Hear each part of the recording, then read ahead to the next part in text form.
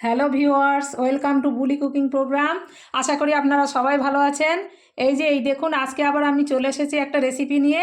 এই রেসিপিটা হচ্ছে পনিরের রেসিপি। এই পনিরের রেসিপিটা কিন্তু আমি খুব সহজ পদ্ধতিতে আর খুব তাড়াতাড়ি বানিয়ে দেখাবো। কিভাবে করব আপনারা ভিডিওটা সম্পূর্ণ দেখতে থাকুন, দেখলে আশা করি ভালো লাগবে। এই যে পনিরের রেসিপি করার জন্য প্রথমেই আমি এই যে চাল মগজ আর কাজুটা মিক্সিতে বেটে নেব।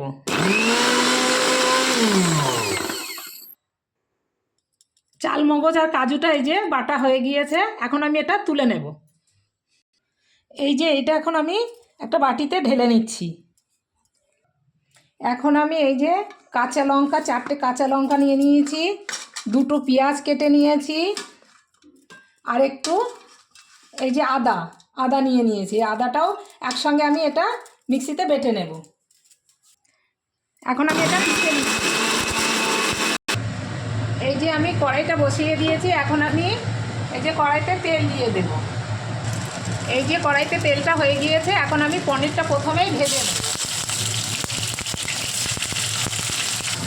আমি কিন্তু এই পনিরটা সর্ষের তেলেই ভাজি, আপনারা সাদা তেলেও ভাজতে পারেন। আর এতে আমি একটু হলুদ দিয়ে দিয়েছি।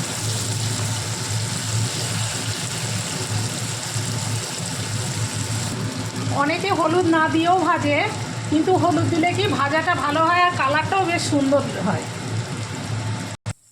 এখন আমি পনিরগুলো তুলে নেব। পনিরগুলো কিন্তু একটা খেয়াল রাখতে হবে, বেশি ভাজা যাবে না, কারণ বেশি ভাজলে পনিরগুলো শক্ত হয়ে যাবে।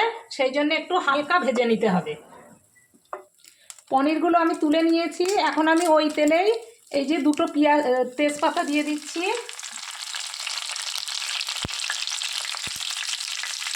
3টে এলাচ আর একটু দারচিনি দিয়ে দিচ্ছি, আর এই যে 4টে লবঙ্গ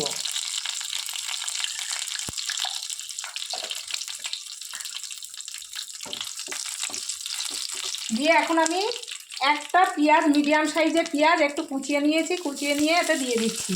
এই মিডিয়াম সাইজের পেঁয়াজ নিয়েছি, নিয়ে পেঁয়াজটা আমি একটু বেরেস্তা মতো করে নেব। এই যে পেঁয়াজটা একটু ভাজা ভাজা হয়েছে, এখন আমি এই যে ক্যাপসিকামটাও দিয়ে দিচ্ছি। ক্যাপসিকামটা দিয়ে আবার একটু নেড়ে নেব।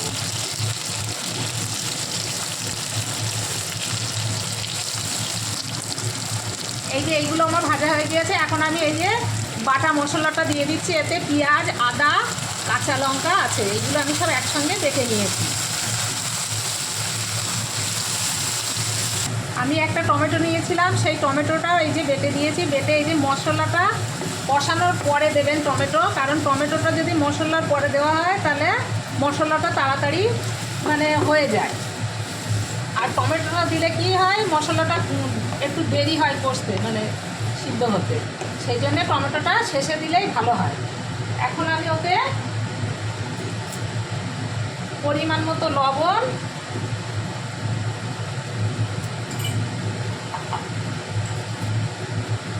পরিমাণ মতো হলুদ,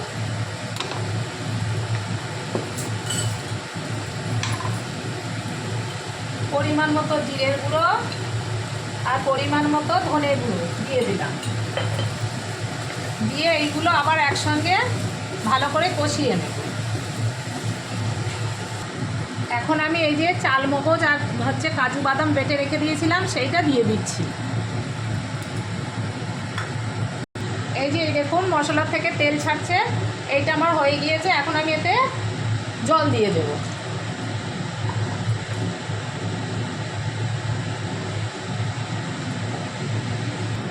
এতে আমি একটু এই যে কাশ্মীরি লঙ্কা দিয়ে দিচ্ছি, বেশি দেব না, এতে অল্প করেই আমি দিয়ে দিলাম।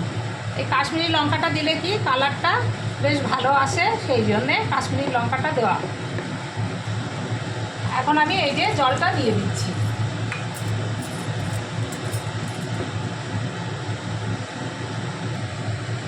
এই যে এখন আমি পনিরটা ঢেলে দিচ্ছি।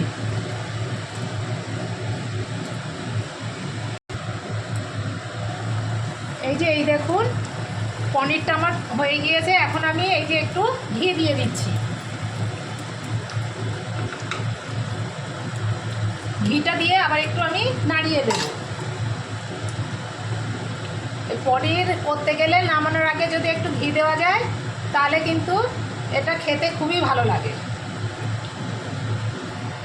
এখন আমি নামানোর আগে একটু গরম মশলা দিয়ে দেব। গরম মশলা কিন্তু খুব বেশি দেব না, অল্পই দিয়ে দেব।